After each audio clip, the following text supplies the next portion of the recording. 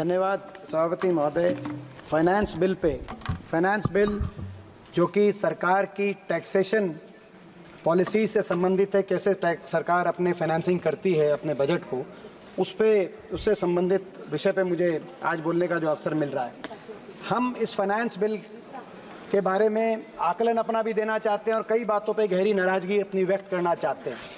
अभी सही कहा गया डिबेट में मुझसे पहले स्पीकर द्वारा कि सरकार की टैक्सेशन पॉलिसीज़ देश के गरीब पे, किसान पे, आम आदमी पर बोझ ज़्यादा डाल रही है और कॉर्पोरेट और देश के अमीरों पे बोझ कम डाल रही है। सरकार की नीति ऐसी दिखाई दे रही है कि सरकार की नीति है ज़ीरो आम आदमी के लिए। दो नीतियां हैं सरकार की, दो नीतियां। पहली नीति है आम आदमी के लिए, वो है ज़ीरो बजट, ज़ीरो बचत और टैक्स पर टैक्स की पूरी चपत।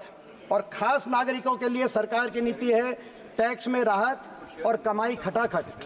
ये मैं एक्सप्लेन करना चाहता हूं सर। दो तरह के टैक्स हैं हमारी इकोनॉमी में, अर्थव्यवस्था में, किसी भी अर्थव्यवस्था में। Direct taxes, indirect taxes. Direct taxes यानी कॉर्पोरेट टैक्स और इनकम टैक्स। ये डायरेक्ट टैक्सेस को प्रोग्रेसिव टैक्सेस भी कहा जाता है, क्योंकि ये स्लैब के साथ जिसकी जितनी कमाई हो उस पर लगाकर सरकार आर्थिक संतुलन अर्थव्यवस्था में ला सकती है। और इनडायरेक्ट टैक्सेस, जीएसटी, एक्साइज, ये वो टैक्सेस हैं जो पूरे देश पे बराबर के लगते हैं और गरीब आदमी पे ज़्यादा बोझ आता है। इनडायरेक्ट टैक्सेस मतलब अगर कोई मेडिसिन है, पैरासीटामोल या क्रोसिन की गोली है, देश का सबसे गरीब व्यक्ति अगर वो गोली खरीदेगा तो उसको भी उतना ही टैक्स उस पर देना पड़ेगा अगर देश का सबसे अमीर व्यक्ति वो गोली खरीदेगा। ये टैक्सेस का संतुलन देश की किसी की आर्थिक संतुलन से जुड़ी हुई बात रहती है।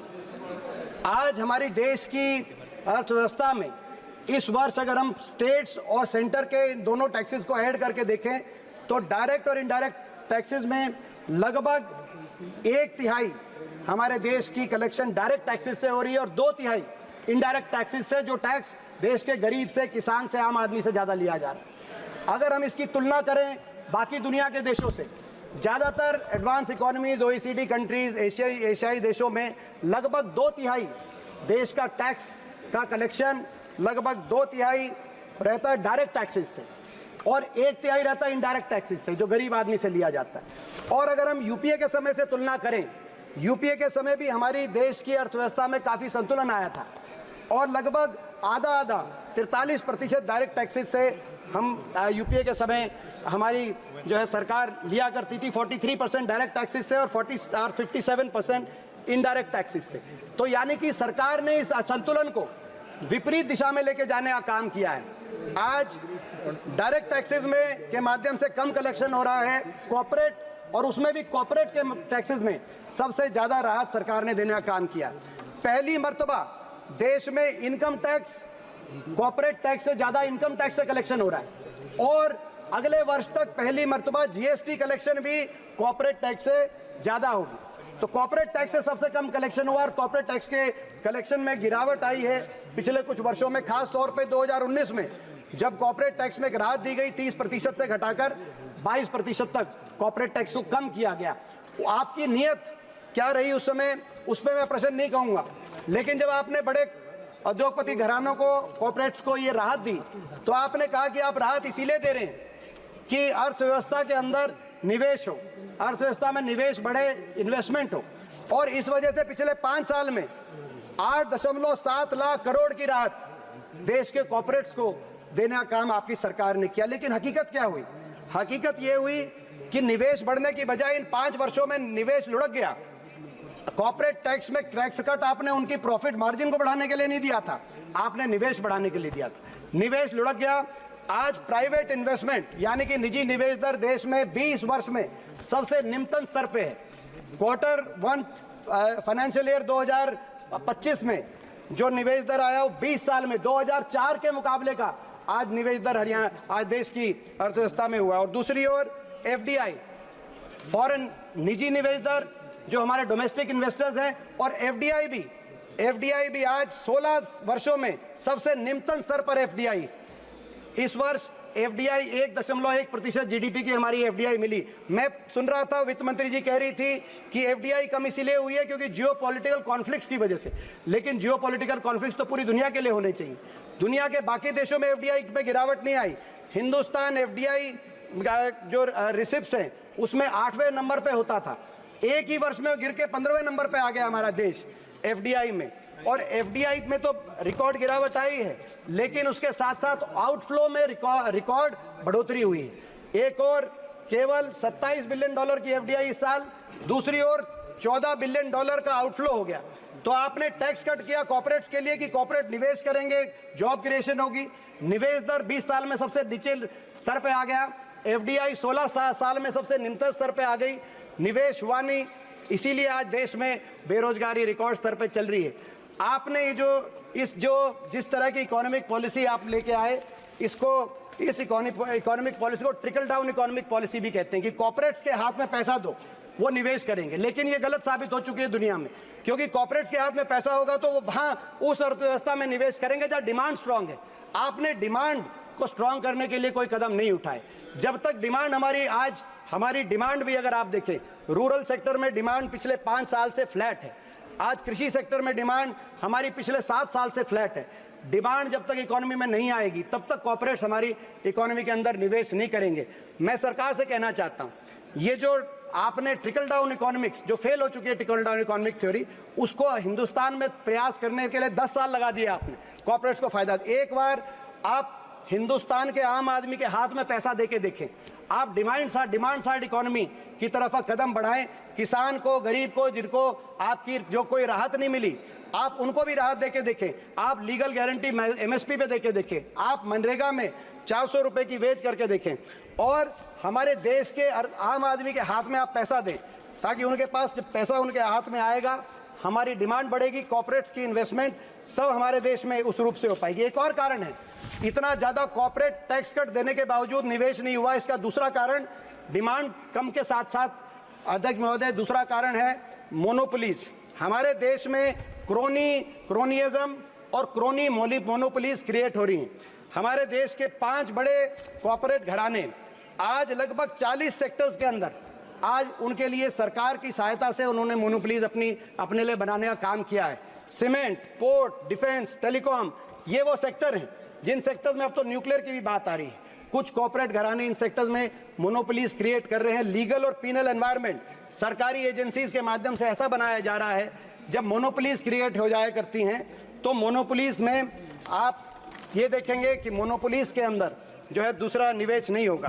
तो हमारी ये मांग है सरकार से कि ये असंतुलन जो बना है, जो गरीब आदमी से ज़्यादा लिया जा रहा है टैक्स, और कॉर्पोरेट्स को राहत दी जा रही है, इस संतुलन को सरकार सुधारने का काम कर। मैं एक और उदाहरण देना चाहता हूँ कैसे टैक्स लिया जा रहा है। पेट्रोल के बारे में मैं कहना चाहता हूँ, पेट्रोलियम प्रोडक्ट्स पे अगर हम 2014 की बात करें तो पेट्रोलियम प्रोडक्ट्स में हमारी सरकार ने 1,72,000 करोड़ का एक्साइज ड्यूटी से, हमारी सरकार ने एक्साइज ड्यूटी से टैक्स लेने का काम किया था यूपीए की सरकार के आखिरी वर्ष में, मगर 1,42,000 करोड़ वापस सब्सिडी में देने का काम किया था। मात्र कमाई पेट्रोलियम प्रोडक्ट से उस समय सरकार में 30,000 करोड़ थी। आपकी सरकार में इस वर्ष पेट्रोलियम प्रोडक्ट से कमाई है 4,32,000 करोड़ और सब्सिडी मात्र 11,000 करोड़।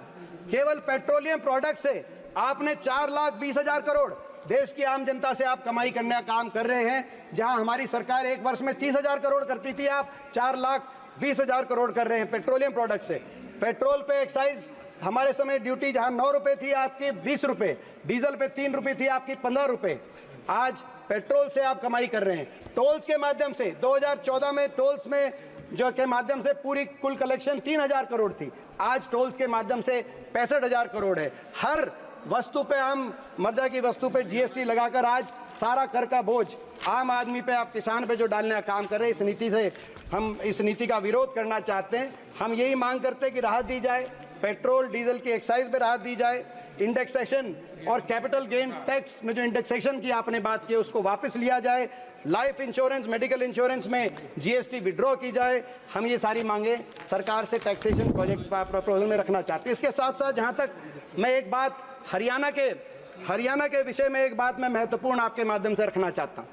अगर इस बजट में और इस फाइनेंस प्रपोजल में, माननीय खट्टर साहब भी बैठे जो हरियाणा के पूर्व मुख्यमंत्री हैं, सबसे ज़्यादा अगर सौतेला व्यवहार किसी एक प्रदेश के साथ किया गया है तो वो हरियाणा प्रदेश के साथ किया गया।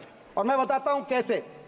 जैसा कि अभी बताया जा रहा था कि हर प्रदेश केंद्रीय टैक्स कलेक्शन में हर प्रदेश अपनी तरफ से कोई भागीदारी करता है। कितना केंद्र एक प्रदेश में से लेती है और कितना उस प्रदेश को वापस देती है। हरियाणा से जीएसटी में हम देखें, जीएसटी टोटल क्या कलेक्शन में 7% देश की जीएसटी हरियाणा से आ रही है, 7.10%। और हरियाणा को वापस कितना मिल रहा है? जो केंद्र की तरफ से प्रदेशों में दी जाने वाली राशि वापस कितनी मिल रही है? मात्र 1.009%, यानी कि 1% के करीब। यानी कि दूसरे शब्दों में कहा जाए, हरियाणा से 7 रुपया केंद्र सरकार ले रही है और केवल 1 रुपया वापस दे रही है। और अगर प्रतिशत में बात करें तो 15%, 100 रुपये केंद्र सरकार हरियाणा से ले रही है और 15 रुपये वापस दे रही है। ये पूरे देश में सबसे कम अगर किसी एक प्रदेश को दिया जा रहा है, हरियाणा को दिया जा रहा है। प्रोड्यूसिंग स्टेट्स में थोड़ा कम है, ये हम मानते हैं, मगर दूसरे नंबर पे महाराष्ट्र है जिसमें कम दिया जा रहा है। महाराष्ट्र में 29%, यानी कि 100 रुपये ले रहे हैं तो महाराष्ट्र को 29 रुपये दे रहे हैं।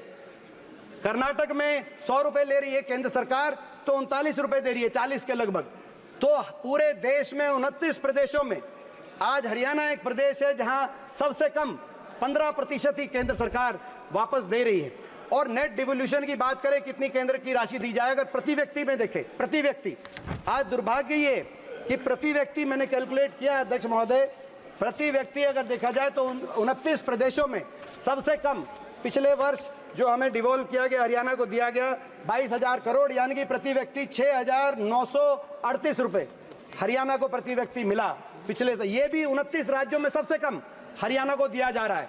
आप बाकी राज्यों को देखें, गोवा में 40,000, आप अरुणाचल प्रदेश में प्रति व्यक्ति 1,40,000, आप तेलंगाना में प्रति व्यक्ति 25,000 केंद्र सरकार की तरफ से ये राशि दी जा रही है डिवोल्यूशन, मगर हरियाणा में मात्र 6,000 प्रति व्यक्ति प्रति वर्ष। ये पिछले 5 साल से, यानी कि 15th फाइनेंस कमीशन में 1% डिवोल्यूशन का जो फॉर्मूला हरियाणा के लिए निर्धारित किया गया था, खट्टर साहब यहाँ बैठे, उनने आज तक इस बारे में कुछ नहीं कहा। उसमें नीचे भी भाजपा की सरकार थी, ऊपर भी भाजपा की, सबसे कम हरियाणा को दिया जा रहा है। और ये जो सबसे कम दिया जा रहा है, सबसे कम ये दिया जा रहा है,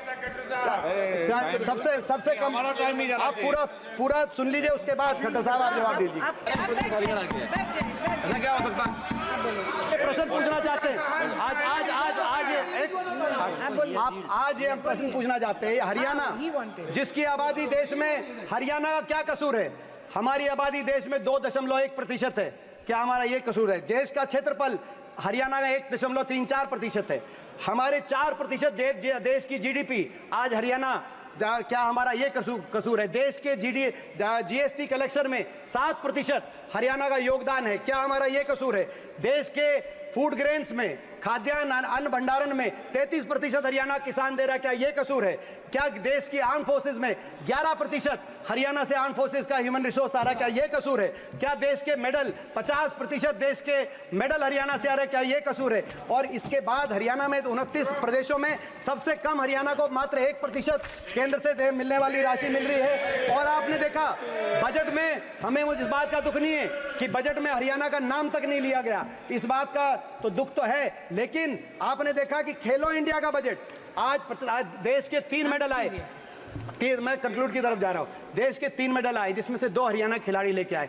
खेलो इंडिया का बजट भी जो 2200 करोड़ खेलो इंडिया का बजट रखा गया, उसमें भी मात्र 60 करोड़ हरियाणा को, यानी कि 2% बजट खेल का बजट भी हरियाणा में। और गुजरात में 500 करोड़ का बजट दिया गया, 20% खेलो इंडिया का, जहां से एक खिलाड़ी मेडल। तो आज मैं समझता हूं कि अन्याय है। और पिछले 10 वर्ष में मैं कंक्लूड करते हुए मैं कहना चाहता हूं, पिछले 10 वर्ष में इन्होंने कोई एक परियोजना केंद्र सरकार की तरफ से, भाजपा सरकार की तरफ से हरियाणा को तो मिली नहीं। लेकिन यूपीए के समय भी जो हमारी मंजूरशुदा केंद्र सरकार की परियोजना थी, 1,55,000 करोड़ की वो परियोजनाएं जो यूपीए के समय मंजूर शुदा थी, चाहे हमारा एयरपोर्ट हो महम में जो जेवर चला गया, 30,000 करोड़ की लागत से बनने जा रहा था। चाहे रेल कोच फैक्ट्री हो हमारे हरियाणा के अंदर जो बनारस में चली गई, चाहे 3 रेल की लाइन हो यमुनानगर चंडीगढ़, 1 इंच रेल की लाइन नहीं बिछी, चाहे हिसार फतेहाबाद दिल्ली गुड़गांव न्यू अलवर, चाहे ये रेल की लाइन हो, चाहे एम्स बाड़सा के अंदर 9 हमारे मेडिकल के प्रोजेक्ट हो। 10 साल में एक प्रोजेक्ट हरियाणा को केंद्र की सरकार ने दिया नहीं। और जो यूपीए की सरकार में मनमोहन सिंह जी ने, सोनिया गांधी जी ने जो यूपीए की सरकार में हरियाणा को देने का काम किया था, वो भी एक एक करके प्रोजेक्ट। Thank you.